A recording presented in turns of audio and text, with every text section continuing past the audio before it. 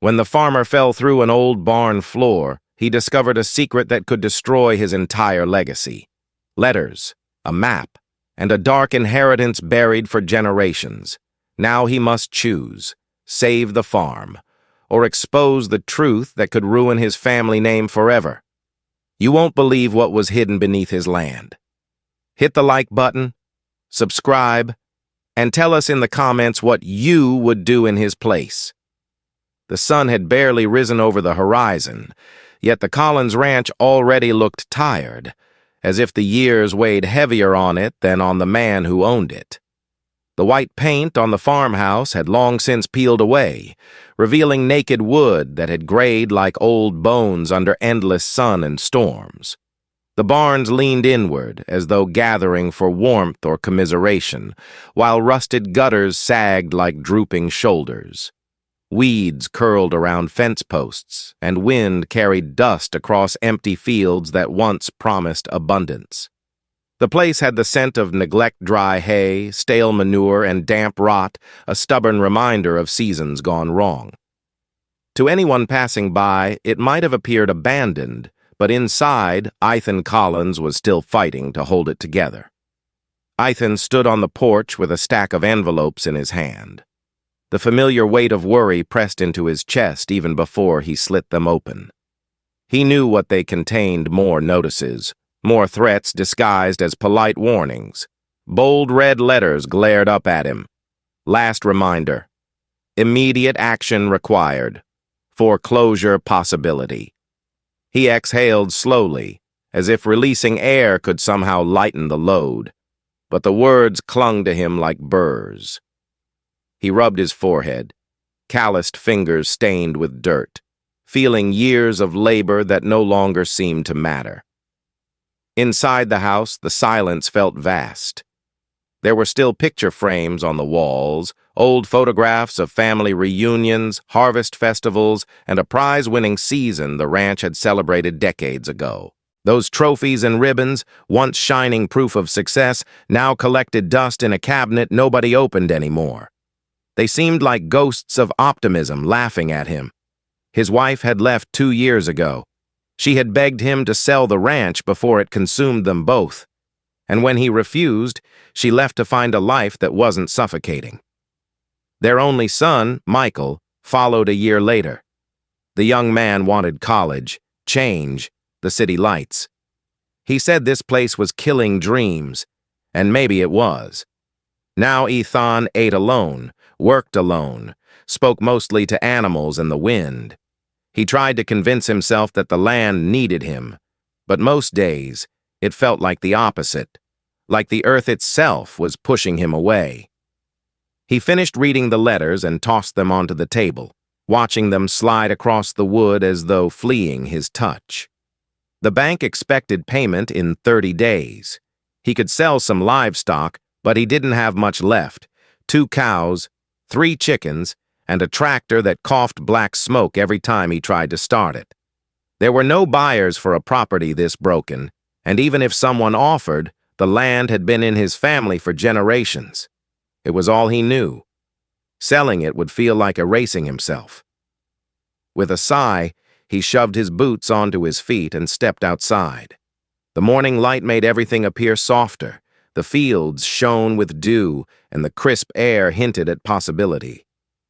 Still, reality lurked beneath every hopeful detail. He walked toward one of the barns, the older one, the one his grandfather had built first when he claimed the land and raised his children alongside crops and cattle. The building seemed more memory than structure now, held up by nails rusted through and wood that moaned at every breeze.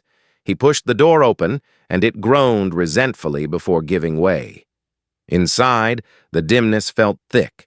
Dust floated through sunbeams like tiny, drifting ghosts. Tools hung in familiar places: saws, hammers, old buckets, even if most hadn't been used in years. He remembered following his grandfather around here as a boy, eager to help, proud to be part of something important. Back then, he believed the farm would always be strong. But belief, he'd learned, wasn't enough to stop droughts or debts.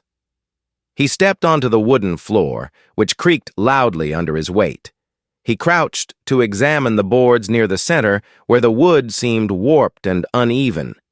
He recalled stumbling there yesterday, barely catching his balance. That had sparked a small spark of irritation, another broken thing to deal with. But now, that irritation gave way to curiosity. The floor didn't just look worn, it looked reinforced, almost intentionally covered, and when he tapped it with his heel, the sound was wrong, dull, and solid, instead of hollow or grainy.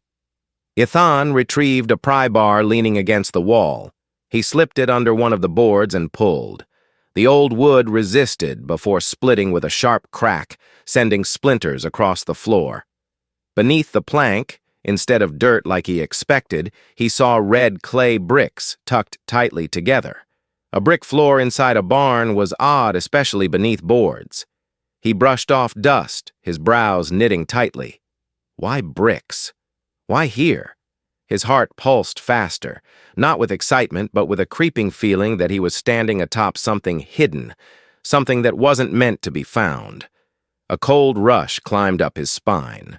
For a moment he stood motionless, listening to the barn's silence.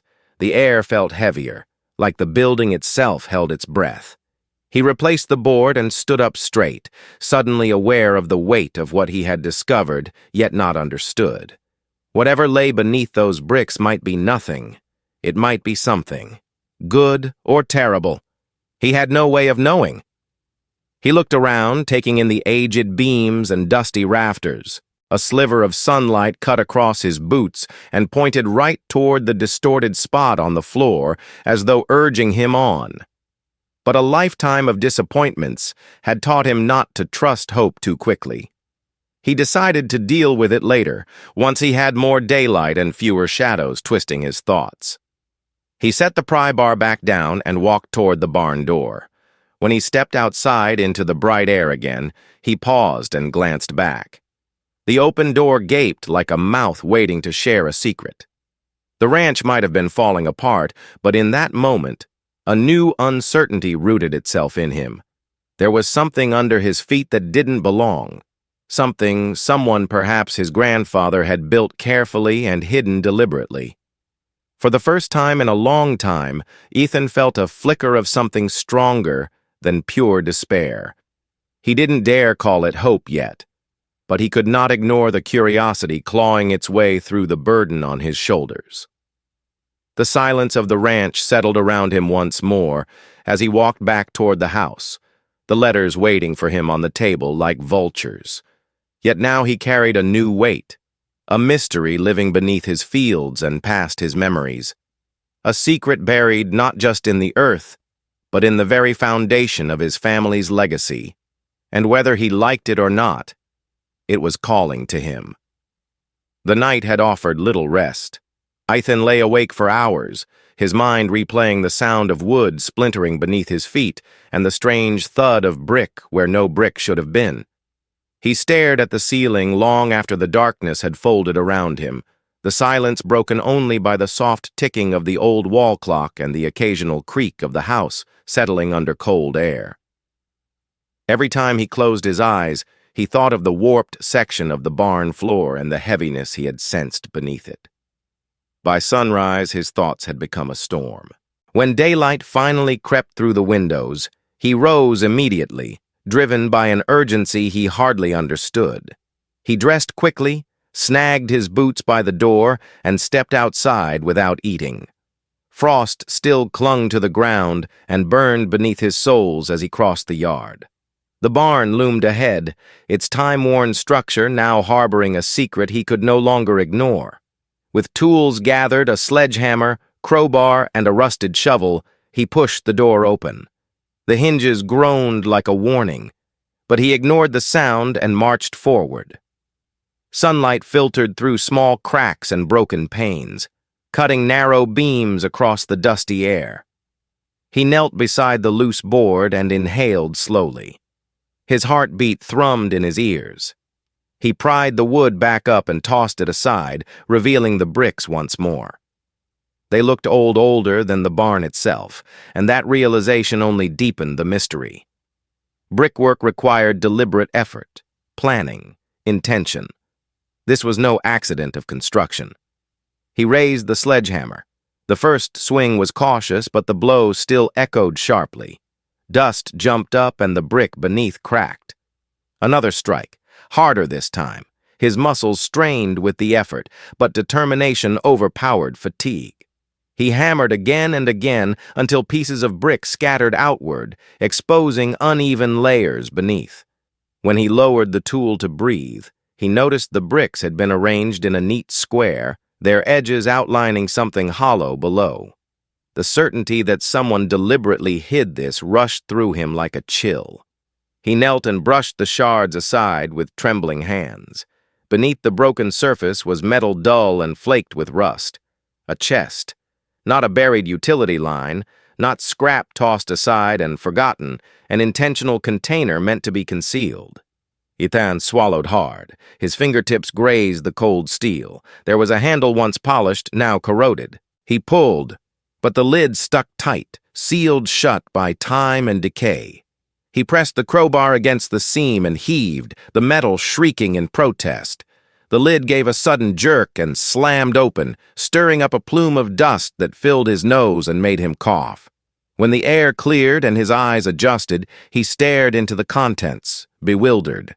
Strips of paper, neatly folded documents, envelopes tied with twine, and photographs stacked carefully inside items, protected from moisture by layers of waxed cloth. Not coins or bills, not treasure in the usual sense.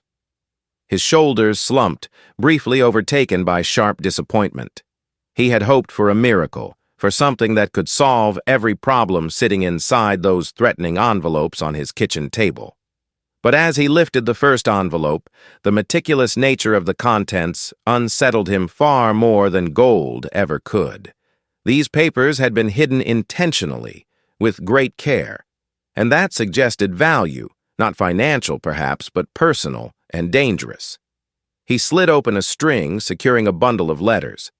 The handwriting scrawled across the first page was one he recognized from memory.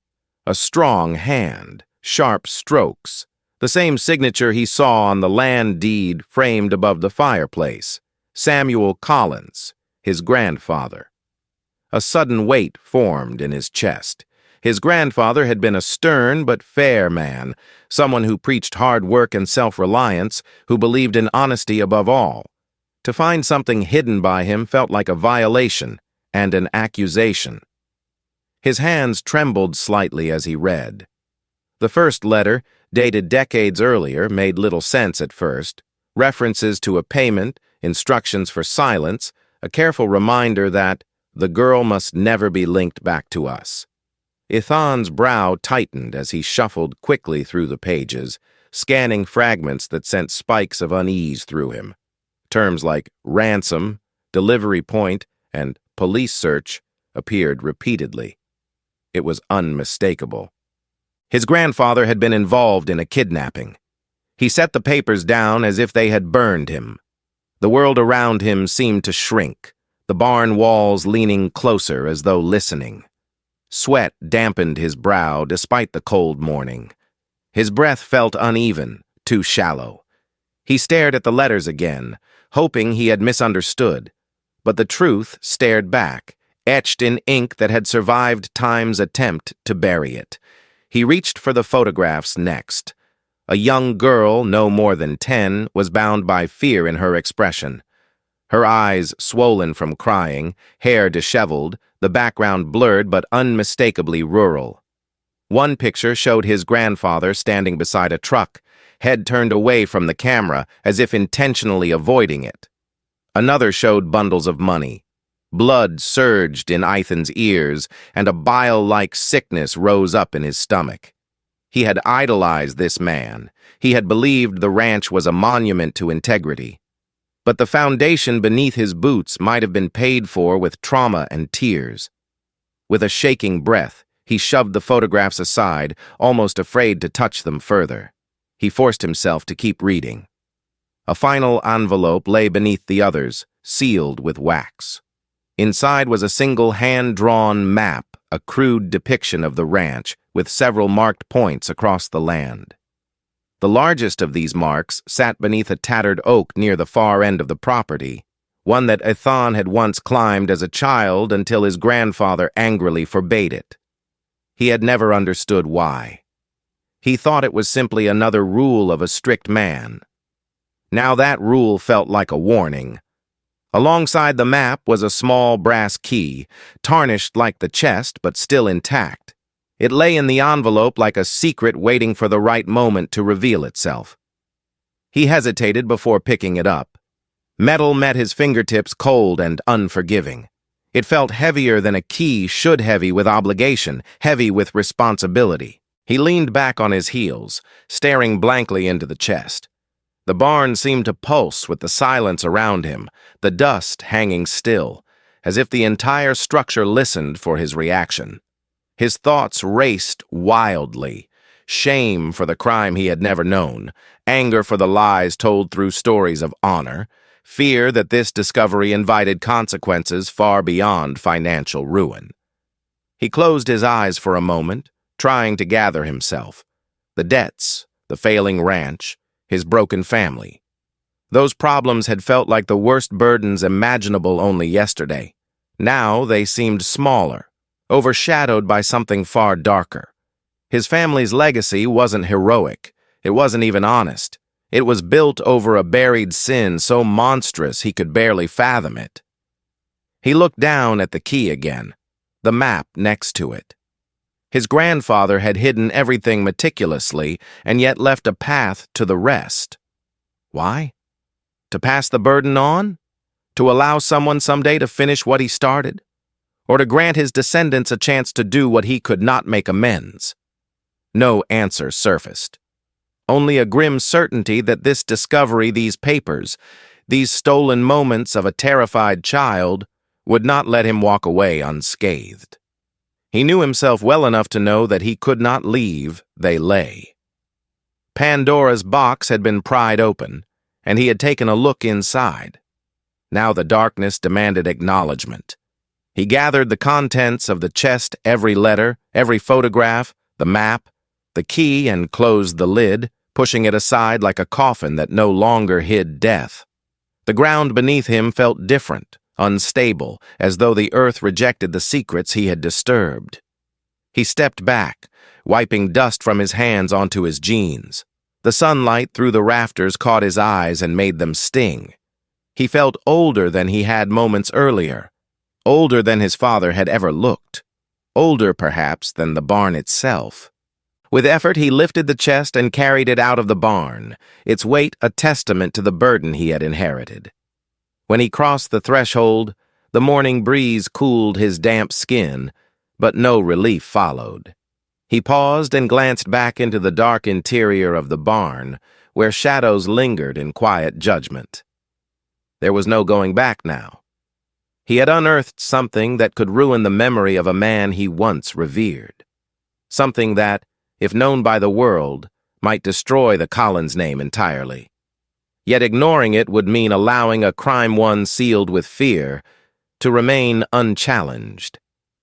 As he walked toward the house, the chest pressed against his ribs like a silent ultimatum. He realized that what he carried inside was not treasure. It was a test. And whether he liked it or not, the past had demanded that he be the one to answer it. The chest sat squarely on the kitchen table like an unwelcome guest, its metal shell stained by decades of silence. Ethan had not moved it since bringing it inside. He had pushed aside his unopened bills, letting the demands of the present give way to the ghosts of the past. The morning's discovery clung to him like a second skin. Every breath he took seemed tainted by the legacy he had unearthed. He paced slowly around the table, running a hand through his hair as though trying to untangle a knot that only pulled tighter. The farmhouse, once a place of family warmth, now felt stifling. Dusty curtains filtered the daylight into an oppressive haze, and the old refrigerator hummed loudly, breaking the heavy quiet in frustrating intervals. The house seemed to sense the burden he carried, its walls absorbing his unease. He finally forced himself to sit and pulled the map from the chest, laying it flat. The paper crackled softly, aging parchment that had survived years beneath the floor still holding its structure, its ink faded but stubbornly legible. He stared at the crude lines drawn by his grandfather's hand. Every detail seemed intentional: the outline of the ranch property, the position of the house, the barn, the grazing fields, and then the marks, small black crosses in places that once felt ordinary. There was one near the far fence line, another by the dry creek bed, one by the old storage shed he rarely entered anymore.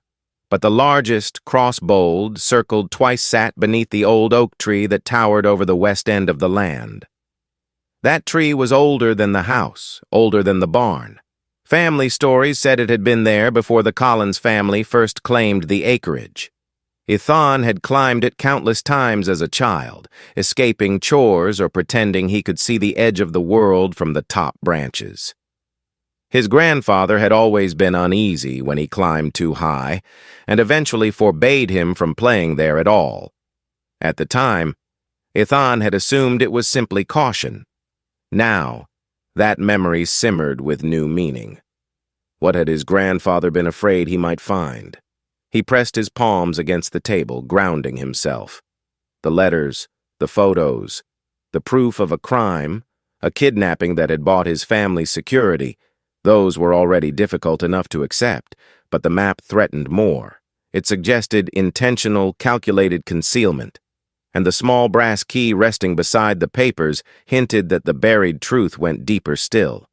He picked up the key, turning it over between his fingers. The teeth were narrow, sharp, and unique, not the kind that would fit a modern lock. It must belong to something equally old, something crafted for secrecy. His chest tightened as he imagined what might lie beneath that oak. A second cache of horrors, a vault of stolen wealth, or perhaps evidence more damning than what he already held. He tried to imagine the man he once idolized making those choices. Samuel Collins had been a quiet man, stern but not cruel, at least, not in ways a child could understand. He had built this ranch with his own hands, so everyone said. Ethan's father used to speak of him with pride, though there was always a shadow that passed behind his eyes when questions went too deep. Ethan now wondered if the family myth had been a story built on fear rather than admiration. As he studied the drawings again, a sickening thought crept into his mind. Perhaps his grandfather hadn't acted alone. Crimes of that scale rarely involved just one person. Someone else could know. Someone else could come looking. And if the ransom money had never resurfaced publicly, perhaps the trail had simply gone cold, never closed. He slumped back in his chair. A wave of exhaustion washed through him. His life had been difficult enough before discovering all this. Now it felt unbearably complicated. The bank's letters, his failing farm, his son's disappointment. Those troubles suddenly felt small beside this monstrous family secret. The ranch was no longer simply dying under the weight of debt. It was rotting from the roots of its history. His gaze drifted to a photograph framed on the wall above the counter, 3 generations of Collins men. His grandfather stood in the center, shoulders squared, a proud, stoic expression fixed on his face. Ethan's father stood to one side, smiling wide. Ethan himself, just a boy then, clung to Samuel's hand with admiration burning bright in his eyes. Now he couldn't even look at the photograph without feeling betrayed. He stood abruptly and walked to the sink, splashing his face with cold water. The shock grounded him, forcing his thoughts into focus. Running wasn't an option. Pretending ignorance didn't erase the truth. A terrified girl had once been in the hands of his family. That knowledge alone demanded action. He pressed his palms against the counter, lowering his head. He had to know everything. Returning to the table, he gathered the documents again, careful not to disturb the fragile pages. He read through each letter fully this time. Some detailed the planning of the kidnapping. Others tracked the delivery of the ransom, no names mentioned, only dates, instructions, cautionary remarks. His grandfather had recorded everything meticulously. Why write it down? Why not destroy the evidence? Perhaps Samuel had intended to one day confront the guilt himself, but lacked the courage. Perhaps the chest was his unspoken confession. The old man had died without ever acknowledging any of this. The funeral had been filled with respectful eulogies, neighbors praising his work ethic, his generosity in tough harvests. None of them could have imagined he died with a crime haunting his soul. As the hours slipped by, one question remained lodged deeply in Ethan's thoughts. What was he supposed to do now? There were choices, none easy, none harmless. If he called the authorities, his family name would be destroyed, and whatever remained of the life he had rebuilt here would crumble. But if he kept everything hidden, he would be protecting the memory of a criminal and denying justice to a victim long forgotten. The weight of the decision settled over him like a suffocating blanket. He didn't know which burden he could bear. Money wouldn't fix the wrongs of the past. And yet, money could save his ranch, the last tangible piece of his heritage. That contradiction gnawed at him. His eyes eventually shifted back to the key. He knew his next step. He needed to follow the map. If there was more to uncover, and the bold circle around the oak suggested there was, he couldn't make a decision with only half the truth. The answers wouldn't reveal themselves inside this house. They were out there, buried beneath years of soil and secrecy. He slipped the key into his pocket and folded the map carefully. With a slow, steady breath, he approached the door. The afternoon sun was lowering, casting the land in golden light. The ranch looked peaceful from the outside, calm and indifferent to human tragedies. But Ethan knew better now. He knew that beneath the surface, the earth here held stories stained with fear.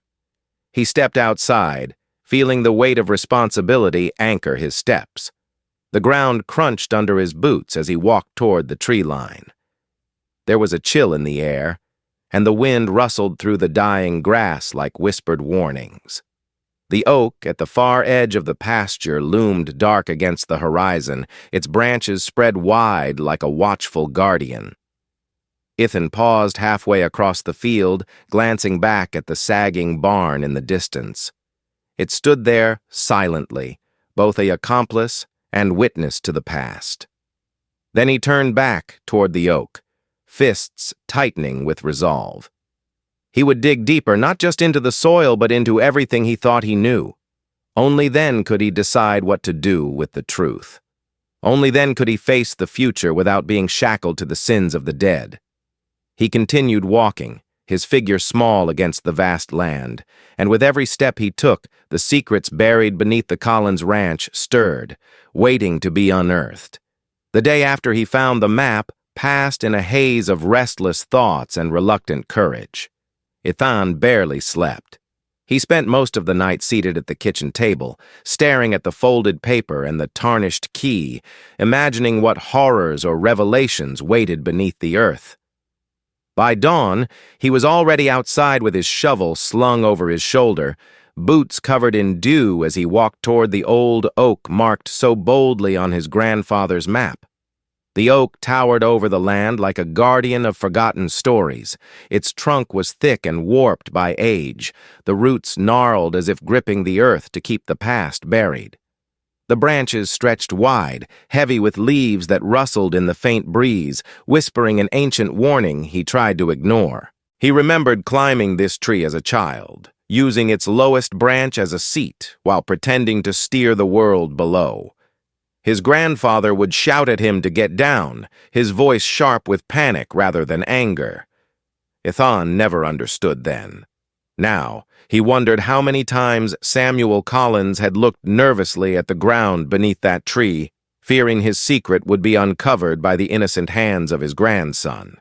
He circled the trunk, studying the ground.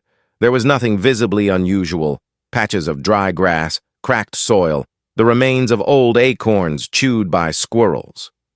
But the map hadn't lied so far. He checked its markings once more, paced out several measured steps, and stopped. He was standing on the exact spot his grandfather had indicated. He planted the shovel blade into the earth. With each thrust, the dirt gave way reluctantly, as though defending what it concealed. Sweat built quickly despite the cool morning. His shoulders burned, muscles tightening with the repetitive motion. The shovel hit more roots than soil, forcing him to work harder, twisting the blade and snapping the smaller ones. The larger roots were like stubborn arms guarding an old secret. He hacked through them slowly, grunting with each swing, pushing himself through fatigue and doubt. Half an hour passed, then an hour. His breath turned ragged, his face streaked with dirt. Just as he questioned whether this effort was madness, the shovel struck something solid metal, not stone. The impact rung through the handle into his bones, sending a shock through him that wasn't entirely physical. He froze in place, heart hammering against his ribs. He dropped to his knees, clawing away the loosened soil with trembling hands. The metal surface emerged iron, darkened by rust and age. It was the lid of a box, larger than the one hidden beneath the barn. The corners were reinforced with thick bands of steel, and though dirt and time had etched deep scars into its surface, the box remained intact. His breath quickened. This was no coincidence, no random burial. This was deliberate, secretive. He brushed more dirt away, revealing a lock ancient, but still whole. He reached into his pocket and pulled out the small brass key, its surface warm from his body heat. His fingers hesitated. Something about this moment felt like a point of no return. He looked around the empty field, taking in the quiet expanse of land that had been his entire world. The silence pressed in, expectant. He slid the key into the lock. It fit smoothly, perfectly, as though the key had only been waiting for his hand. He turned it. A soft click sounded, the unlocking of decades. The hinges creaked loudly, resisting at first before yielding to his push. He leaned back as the lid opened, and the sunlight struck the contents within. At first, he didn't believe what he saw. His eyes struggled to adjust to the unexpected brilliance. Gold bars and coins glimmered beneath the dirt and fabric wrappings. Stacks of sealed bundles wrapped with brittle tape rested atop carefully arranged layers of bills, the air filled with the musty scent of age and sealed darkness. There was no mistaking it. A fortune lay before him. He sat back on his heels, breath caught somewhere between awe and dread. This was the ransom money. The terror of a child converted to currency, buried in his field, feeding the very soil that grew their crops. He lifted one brick of cash. The paper crinkled lightly. The faces on the bills faded but unmistakable. Enough money to save the ranch and remake his entire life. Enough to do whatever he wanted. Wealth beyond anything he had imagined, yet instead of joy, a crushing weight settled in his chest. His fingers brushed something else inside. Another envelope, another letter. He opened it slowly, bracing himself for words he did not want to read. His grandfather's handwriting sprawled across the page. The trembling of his hand made the letters waver. "Whoever opens this," it began, "must understand that the blood of innocence rests upon this gold. I built everything you know with a crime I could never undo. If you are reading this, then I failed to confess, and my time ended before courage could reach me. This wrongdoing has haunted me every day. I meant for this wealth to help you survive, should you ever need it, but only if you can carry the weight of where it came from. Use it wisely. Use it justly. Or bury it again forever. If you take from it more than you need, you will inherit not riches, but my sins." The paper shook in his hand as he lowered it. Tears rose unbidden, a mixture of grief, betrayal, and something close to pity. He saw now a tortured man behind the stern eyes of his grandfather. A man trying desperately to separate his family's future from his own unforgivable actions. But he had never found the strength to do the right thing. Now that strength was demanded from Ethan. He looked again at the treasure so desperately needed, so dangerously tainted. His farm was failing. The bank would soon take everything. His son had left because there was no hope here. And yet wealth gained through fear, and suffering felt like poison in his hands.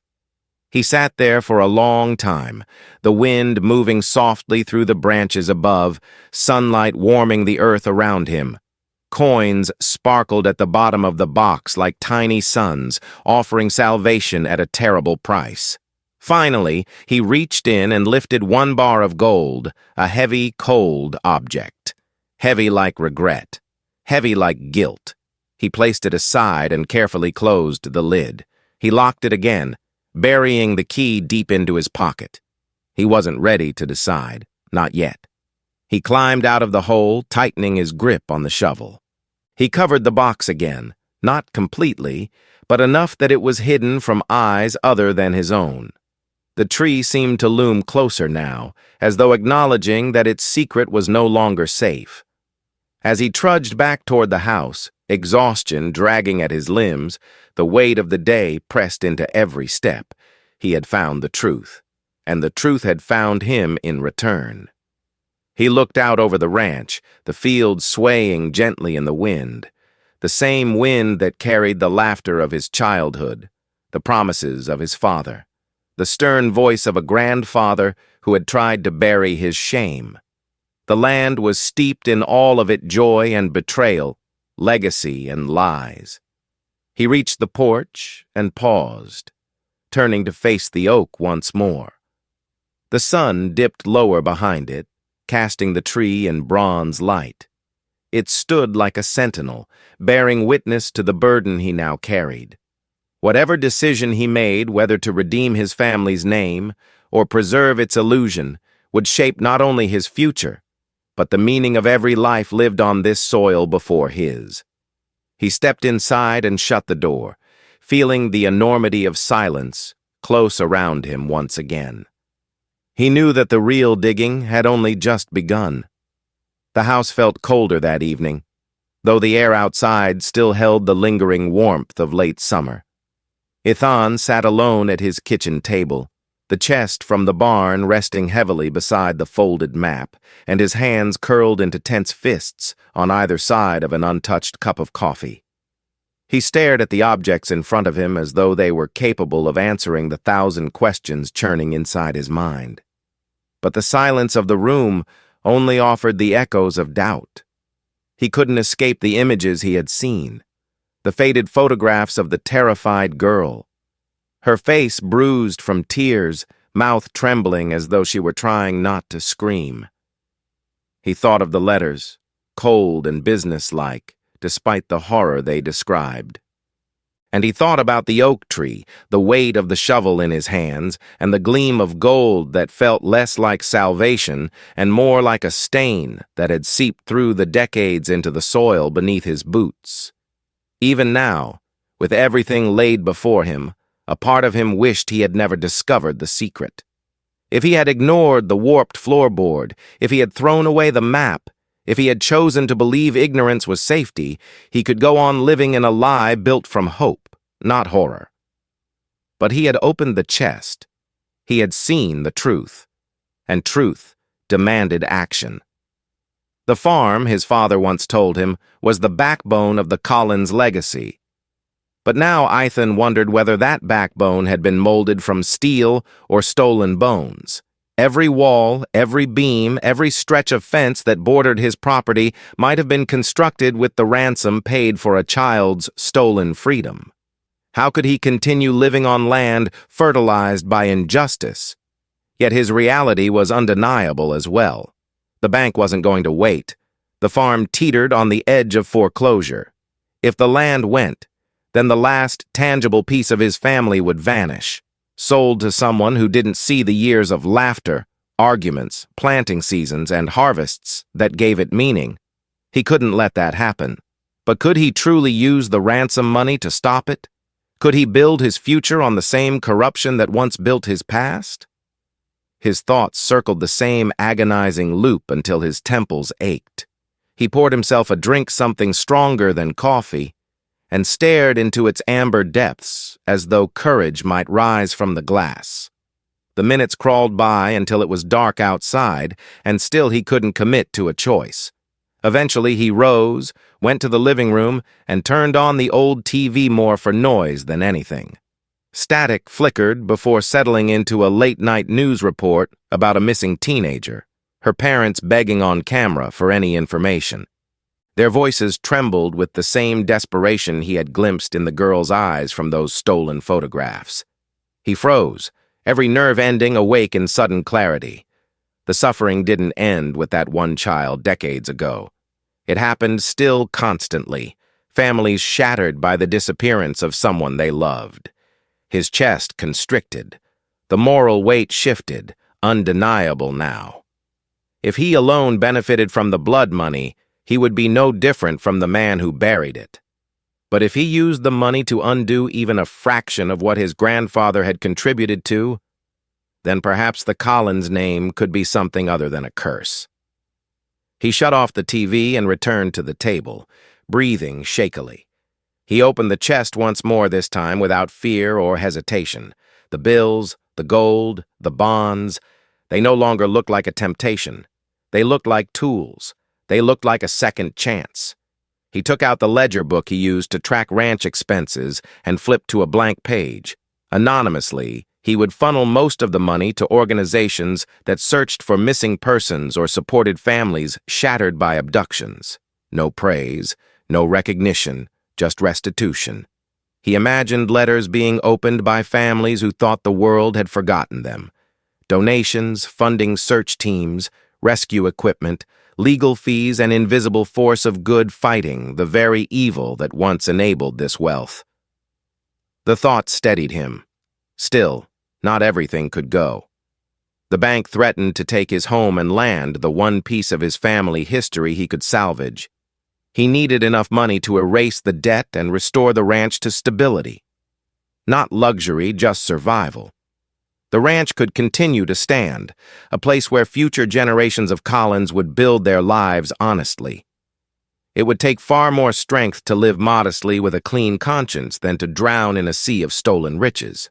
Tomorrow he would meet with the bank. He would make payments that looked like revenue from a loan or a distant inheritance, nothing suspicious, nothing that connected his salvation to a decades-old crime. He continued planning well into the night, line after line, page after page, mapping out exactly how much would go where. Each number lowered the invisible pressure squeezing his chest. The farm would be protected, and the rest would go toward rebuilding what his grandfather helped destroy. Hours later, he stepped outside to breathe fresh air before sleep. The wind was gentle, carrying the earthy scent of fields ready for harvest. The stars shone above bright, scattered diamonds across a velvet sky. He tilted his head back, feeling small beneath the universe's cold eternity. He didn't know who the girl in the photographs had been. He didn't know whether she had survived, whether she had grown old, whether she had ever healed.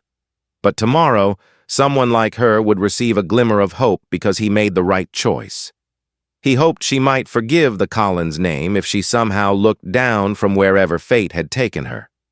Inside the house again, he placed the key and map together, tied the letters into a bundle, and stored the chest beneath his bed, not as treasure, but as a reminder.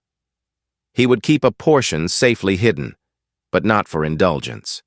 It would serve the land and the community when needed, nothing more. He lay down at last, exhaustion pulling him into sleep. Yet his mind felt strangely lighter, the turmoil replaced by quiet determination. He still feared what tomorrow might bring, still wondered whether he could bear the scrutiny or suspicion that might eventually follow. But for the first time since uncovering the truth, he believed there was a path forward that didn't require sacrificing his integrity. He closed his eyes and imagined the fields flourishing once more under honest work. He pictured his son coming home someday, proud again of the Collins name. He pictured justice done softly, without fanfare, by restoring hope to those who needed it most. And as sleep claimed him, he held on to a single thought: that true inheritance was found not in what you gained, but in what you corrected. Morning would come with its demands and dangers, but he would be ready. He had chosen the harder path, the right path, and there could be no turning back. His grandfather had failed the test of conscience. Ethan would not. Morning arrived quietly, as if nature itself understood the fragile hope forming inside the old farmhouse. The sun's first rays crept through the windows and fell across Ethan's face, gently urging him awake. He blinked, momentarily disoriented, until the memories of the previous day rushed in, a swell of truth and burden, but no longer despair. For the first time in years, he rose from bed not with dread, but with purpose. He dressed neatly, buttoning his shirt and smoothing the creases as though preparing for a day of ceremony. His boots felt lighter, even though the world remained heavy. On the kitchen table lay a tidy folder, documents notarized, bank slips prepared, and forms he had filled out through sleepless effort.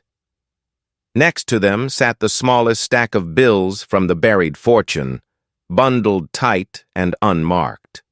Enough to pay off the ranch debt down to the final cent. Enough to ensure the land would stay in his hands, not auctioned to strangers who saw no value beyond profit. Before leaving, he paused in front of the family photograph on the wall, 3 generations of Collins men.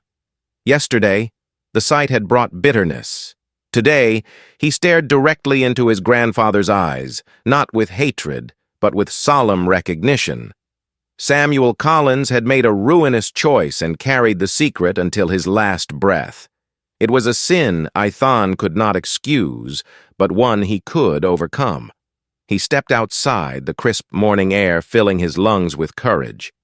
The truck sputtered to life, rattling as it always did, but today even its stubborn grumble sounded like progress. The drive into town was short, but each turn of the wheels carried him deeper into a new future one, where the farm would not be lost to shame or poverty. The bank stood stiff and modern, a cold structure of glass and steel, indifferent to the lives it affected. When Ethan walked through the door, a clerk gave him a polite but tired smile, likely expecting yet another struggle over payment deadlines and unavoidable penalties. But instead, Ethan laid the folder before her with steady hands and said 3 words that stunned them both. "I'm paying everything." Not a single overdue notice remained. The debt that had threatened to consume his family legacy vanished in an instant. The clerk blinked in astonishment, leafing through the documents as if expecting an error to reveal itself. But there was none. By the time she finished processing the final receipt, she looked at him with newfound respect, as though he were a man resurrected rather than rescued. He left the bank not with a burden, but with ownership, true, earned, and secure. Yet his work was far from done. In the shadow of his grandfather's crime, justice still waited to be served.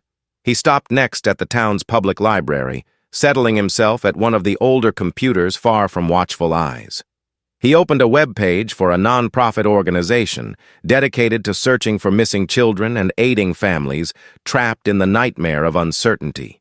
His heart raced as he began entering anonymous donations, significant figures that would not raise alarms if spread carefully among multiple charities. Each click felt like another stone removed from a grave built on fear. The screen glowed softly in the dim room as he continued. Donations to victim counseling centers, investigative groups, support hotlines. Somewhere, he hoped, those choices would bring warmth where his grandfather had brought terror. Somewhere, a family clinging to a fraying thread of hope would feel a renewed grip, however quietly it came. When he clicked submit on the final donation, he sat back in silence. He wasn't naive enough to believe the harm had been undone. The kidnapped girl's suffering could never be erased. But in this way, this quiet, steady redirection of a tarnished legacy good would grow in the places where evil once took root. On his way home, he stopped by a community bulletin board outside the post office. He posted a simple flyer and offer to help any neighbor struggling with crop failures or drought. He would use some of what remained to support those who lived like he once did. Right on the edge. He wanted his land to feel like it was finally giving back honestly. When he returned to the ranch, he drove past the field where the old oak spread its vast arms into the sky. He slowed the truck until he was directly opposite the place he had dug. The ground had settled only slightly, a quiet scar marking where the metal coffin of gold still slept beneath the soil. It would stay there for now, not forgotten, but controlled. He would not allow greed or panic to dictate its use. He climbed out of the truck and walked up to the tree, resting his palm against the rough bark. The oak had seen all of it, from the first generation's small, hopeful beginnings to the darkest hour hidden under its roots. It stood now in silent witness of redemption. Ethan closed his eyes, letting the wind brush across him. For the first time, he didn't feel judged by nature. He felt as though the land was breathing easier, too, freed of a secret that had been suffocating it for decades. He whispered into the wind, not certain who he addressed, his grandfather, the kidnapped child, or the farm itself. "I won't let this become poison again." The breeze answered with a gentle rustle through the branches, as if accepting his vow. He returned to the house, mind clear. The chest beneath his bed no longer terrified him. It would remain locked away, used only in service of healing, never personal indulgence.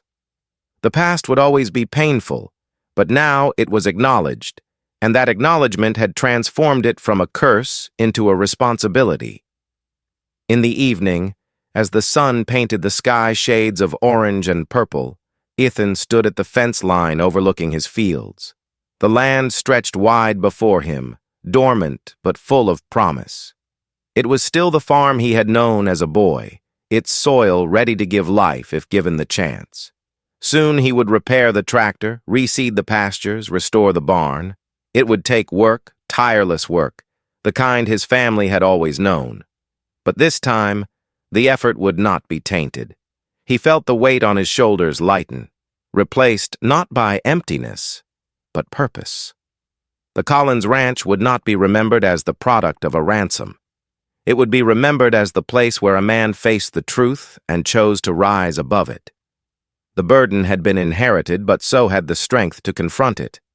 As the stars emerged one by one overhead, Ethan allowed himself to hope that one day, when his son returned home to visit, he could stand beside him and say proudly, "This is ours, and it is honest."